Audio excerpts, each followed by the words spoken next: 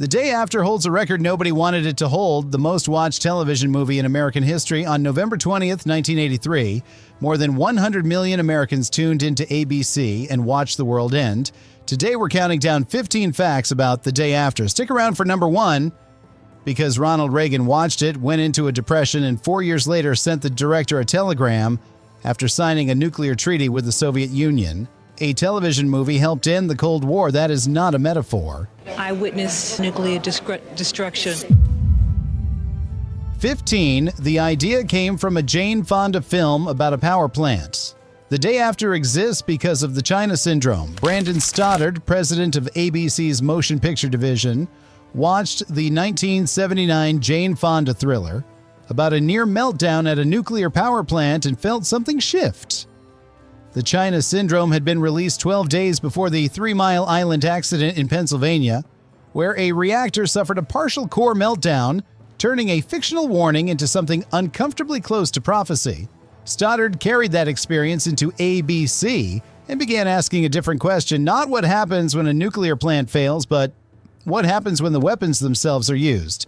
He commissioned veteran television writer Edward Hume to develop a script. He named it The Day After deliberately to make clear from the first word that this was not a story about the war itself. It was a story about the people left behind after the war was over. Lawrence, Kansas was Hume's setting, the geographical center of the continental United States, the heart of the heartland, directly inside the fallout zone of multiple missile targets. 14. ABC executives tried to kill it from the start. ABC's top leadership was not enthusiastic about The Day After. The network that had built its primetime identity on Happy Days and Three's Company was being asked to fund and broadcast a film in which middle American families were vaporized by nuclear weapons. Executives worried about alienating advertisers, frightening viewers, and delivering a program so relentlessly bleak that audiences would simply switch off. Stoddard fought for it continuously. The project changed hands several times during development before landing with Meyer, who had recently directed Star Trek II: The Wrath of Khan. Meyer later described the journey to air as a sustained battle against institutional resistance at almost every level. Conservative groups outside the network were already calling it Soviet propaganda before a frame had been shot. Human Events declared it a propaganda spectacular. A month ahead of the broadcast, ABC refused to accommodate suggested cuts from the Reagan administration. The film went to air essentially as Meyer intended. Getting it there took everything Stoddard had. 13. The working title was Silence in Heaven. For a significant portion of its production, The Day After was called something else entirely. The working title was Silence in Heaven, a name that captured the film's emotional register more poetically but said almost nothing about what it actually depicted. Director Meyer later noted that the title change was a practical decision. The Day After communicated the premise instantly. The production crew was still using Silence in Heaven during shooting in Lawrence, Kansas, when Meyer was giving instructions to the extras in Allen Fieldhouse, which had been converted into a makeshift hospital set. He told them not to look at the camera, not to look at anything.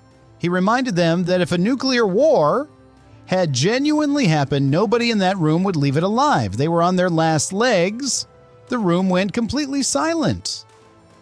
Whatever the film was called during production didn't matter in those moments. Every person in that building understood exactly what they were making. 12. Thousands of real Lawrence residents were cast as extras. The Day After was not a Los Angeles production that happened to be set in Kansas. It was built inside the community it depicted.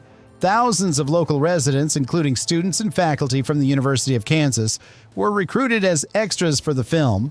Of the film's 80 speaking parts, roughly 65 were cast locally. The decision was intentional and specific.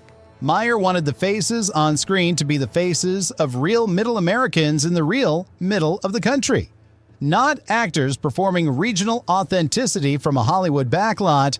Filming took place on Massachusetts Street across the University of Kansas campus, inside Allen Fieldhouse, and at the Spencer Art Museum. A hospital demolition site became one of the film's key locations. When the crew from California arrived, one crew member told the Lawrence Journal-World that he had expected the state to be in black and white. The community they filmed in was so ordinary, so specific, and so genuinely American that the film's later destruction of it landed with a weight no constructed set could have generated. 11. No sponsors would buy ad time. After the bombs dropped, advertisers approached the day after with extreme caution. Companies were not willing to associate their products with scenes of mass death, radiation sickness, and the collapse of American civilization. The reluctance was so widespread that ABC had enormous difficulty selling commercial time for the broadcast. The solution the network landed on was as practical as it was revealing. All advertising was concentrated in the first half of the film, before the nuclear exchange, where the story was still building toward catastrophe rather than depicting its aftermath. Orville Redenbacher could sell popcorn before Kansas burned. After that, the sponsors disappeared. Because ABC had struggled so badly to find buyers, the spots that did sell went for as little as $11,000 each, prices that seem almost offensive. Given that those ads were eventually seen by 100 million people, the final hour of The Day After aired without commercial interruption. A film about the end of the American economy ran its most devastating segment entirely free of the economic system it was depicting. 10. The attack sequence used real nuclear test footage.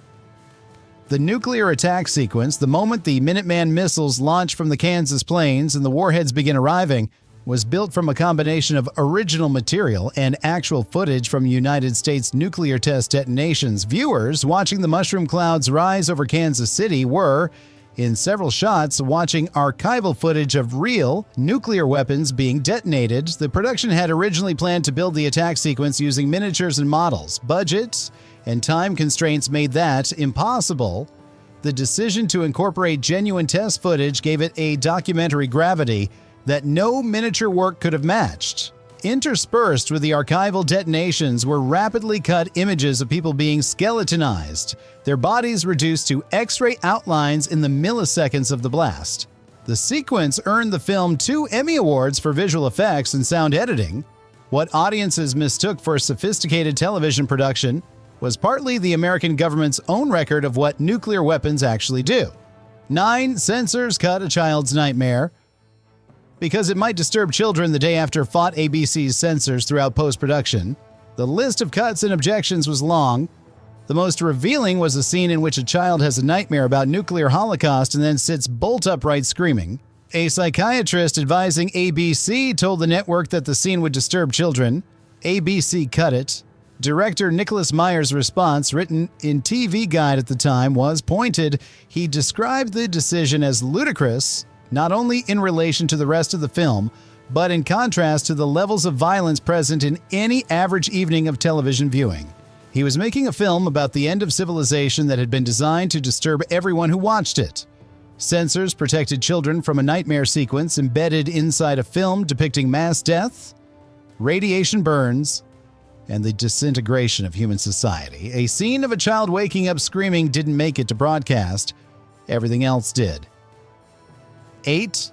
Meyer made a bootleg copy and ran his own PR campaign. Nicholas Meyer did not trust ABC to protect the film from being quietly buried before it ever reached an audience. Rumors circulated that network executives were considering shelving it and that pressure from inside the Reagan administration had reached studio leadership. Meyer made a bootleg copy of the film and began showing it privately to journalists, academics, and anyone he thought could generate public discussion ahead of the broadcast date. He called his effort the day before an informal PR campaign run entirely outside ABC's institutional apparatus. The consequences were significant by the time The Day After was scheduled to air. It had already become a topic of national conversation. Public interest in media coverage had built to a level that made it extremely difficult for ABC to pull the film without generating controversy worse than the broadcast itself. Meyer had made the film impossible to kill by making it impossible to ignore. He was still considered a difficult director by the network. He was also the reason the film made it to air. 7. Reagan watched it. 41 days before the broadcast, Ronald Reagan screened The Day After at Camp David on Columbus Day, October 10th, 1983, 41 days before it aired for the American public. He was given an advance copy. His diary entry from that day recorded his reaction directly. The film was powerfully done, all $7 million worth, and it left him greatly depressed.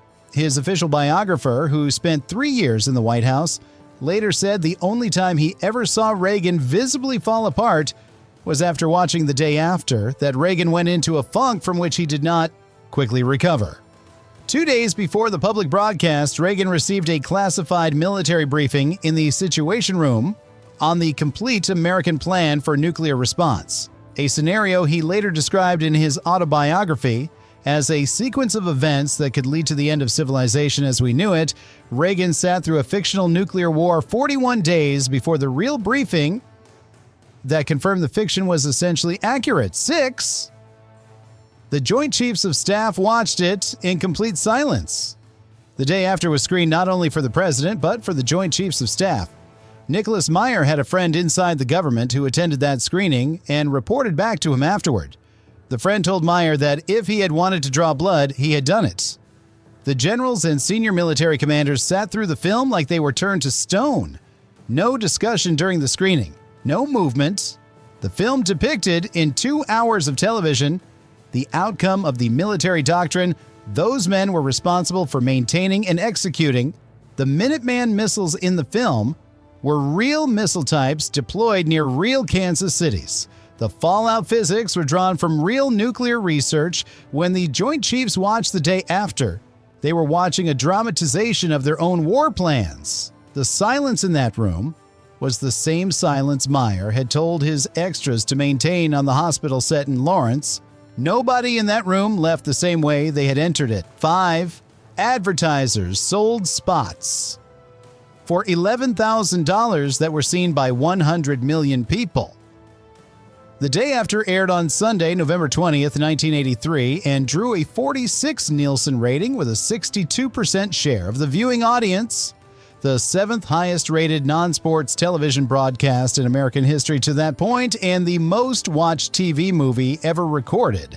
More than 100 million people in nearly 39 million households watched it. ABC and local affiliates opened 1-800 hotlines with counselors available during and after the broadcast.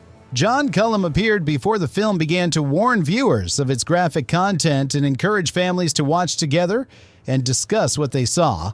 Immediately following the broadcast, ABC aired a live debate on Nightline hosted by Ted Koppel, featuring Carl Sagan, Henry Kissinger, Elie Wiesel, Robert McNamara, General Brent Scowcroft, and William F. Buckley Jr. The network had spent months unable to give away ad time. The film that nobody wanted to sponsor was watched by almost half the country. 100 million Americans sat in their living rooms and watched Kansas die. 4. The film was nominated for 12 Emmys and won 2.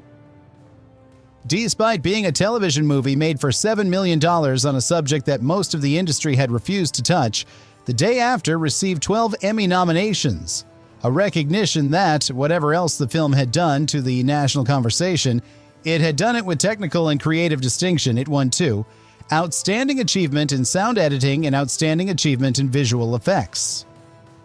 The Visual Effects Award acknowledged the nuclear attack sequence assembled partly from archival footage and partly from original production work, a sequence that audiences and critics alike described as the most devastating thing they had seen on television. The Sound Editing Award recognized the work that had gone into making the silence after the attack feel as visceral as the noise during it. A film that conservative commentators had dismissed as propaganda, that advertisers had refused to touch, that ABC executives had tried to quietly bury, walked away from the Emmy ceremony with 2 awards, 12 nominations for a $7 million TV movie that nobody wanted made.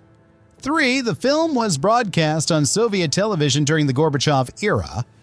The Day After was not a film that stayed inside American borders. During the era of glasnost under Soviet Premier Mikhail Gorbachev, the film was broadcast on Soviet television. bringing a depiction of nuclear war's aftermath to the population of the other country most directly implicated in its scenario. The broadcast was part of a broader cultural thaw between the two superpowers that Gorbachev had actively encouraged. The same film that conservative American commentators had called Soviet propaganda was shown to Soviet citizens. The same story of Lawrence, Kansas burning was translated and transmitted into living rooms on the other side of the Iron Curtain. Whether Soviet audiences responded to it with the same degree of dread as American ones is not fully documented, but the gesture of broadcasting it at all, a film depicting mutual nuclear destruction between the USSR and the United States, was itself a statement about where Gorbachev wanted the relationship between the two countries to go. 2. Reagan sent the director a telegram after signing the nuclear treaty. In 1987, Ronald Reagan and Soviet Premier Mikhail Gorbachev signed the Intermediate Range Nuclear Forces Treaty, the first arms control agreement that actually required the physical dismantling of nuclear weapons rather than simply limiting their deployment. It was the most significant step toward nuclear reduction the two superpowers had ever taken. Reagan later drew a direct line between watching The Day After and his decision to pursue the treaty, writing about it in his memoirs. In 1987, following the summit, he sent Nicholas Meyer a telegram. The exact wording has been described in various ways across different accounts, but the substance was consistent. Don't think your movie didn't have anything to do with this, because it did. A television director who had bootlegged his own film to prevent it from being buried received a telegram from the President of the United States crediting that film with influencing American nuclear policy. Meyer kept working. The telegram is real. The treaty is real. The missiles came down. 1. The film's ending broadcasts one word in Morse code. The final image of The Day After fades to black over the sound of John Lithgow's character calling into a shortwave radio. His voice asks if anyone is there. If anybody at all is still listening, the radio receives no answer. Then the screen goes completely dark, but the film isn't quite finished. Over the black screen, as the credits begin, a Morse code signal transmits. A single word tapped out in the universal distress language of a civilization that built nuclear weapons and then asked what to do with them. The word is MAD. Mutually assured destruction. The doctrine that had governed American and Soviet nuclear strategy for decades. The logic that held that neither side would launch because launching meant everyone died. A film that began with an idea from the China syndrome and ended in the Oval Office of the United States government, closed itself with a single military acronym pulsed in dots and dashes into silence. No character says it, no title card explains it.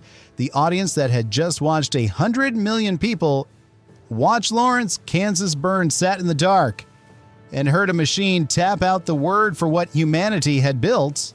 The credits rolled over it. The hotline stayed open. The counselors waited, and the word kept coming. A $7 million television movie that terrified a nation, silenced the Joint Chiefs, depressed a president, and may have helped dismantle a generation of nuclear weapons. Which fact hit you hardest? Drop it in the comments. Subscribe for more deep dives into the films and shows that change more than just television. Until next time.